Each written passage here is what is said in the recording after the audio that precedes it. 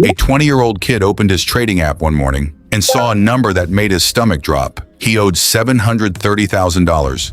Not a glitch, not a joke. His name was Alex Kearns. He was 20 years old, and hours later, he was gone.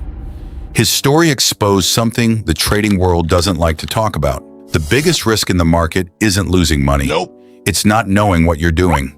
Every day, social media is flooded with screenshots like this. Someone turned $500 into $5,000. A beginner says they found the secret Wall Street doesn't want you to know. It looks easy, almost too easy, but there's a side of trading nobody posts about. Today, we're going there. Here's the dream that sells millions of people on day trading. No boss, no commute, just charts, trades, and profit. Sounds perfect, right? The problem? Accessibility is not the same as simplicity. Anyone can sit in the cockpit of a plane.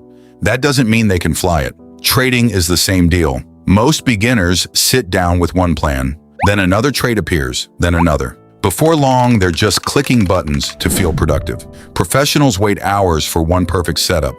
Beginners force 10 bad ones in a single morning. The market rewards patience.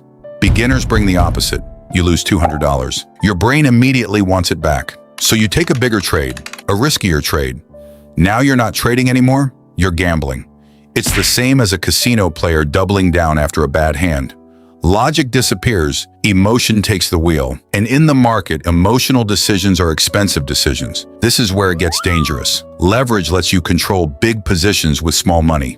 In the right hands, powerful. In the wrong hands, it wipes your account in minutes. This is exactly what happened to Alex Kearns. He didn't understand the tool he was using, and the tool didn't care. Here's the thing every losing trader has in common. They focused on how much they could make. Professionals obsess over how much they can lose. Think of it like poker. The best players don't win every hand. They just make smart decisions over and over again. Trading is the same. The goal isn't to be right every time. The goal is to survive long enough for the odds to work in your favor. Day trading isn't a scam. It's not impossible, but it is one of the most competitive games on the planet. Every trade you make, you're going up against institutions, algorithms, and professionals with decades of experience. The traders who survive, they treat it like a business. The ones who don't, they treated it like a lottery ticket. Making money is not the first skill you need. Protecting it is.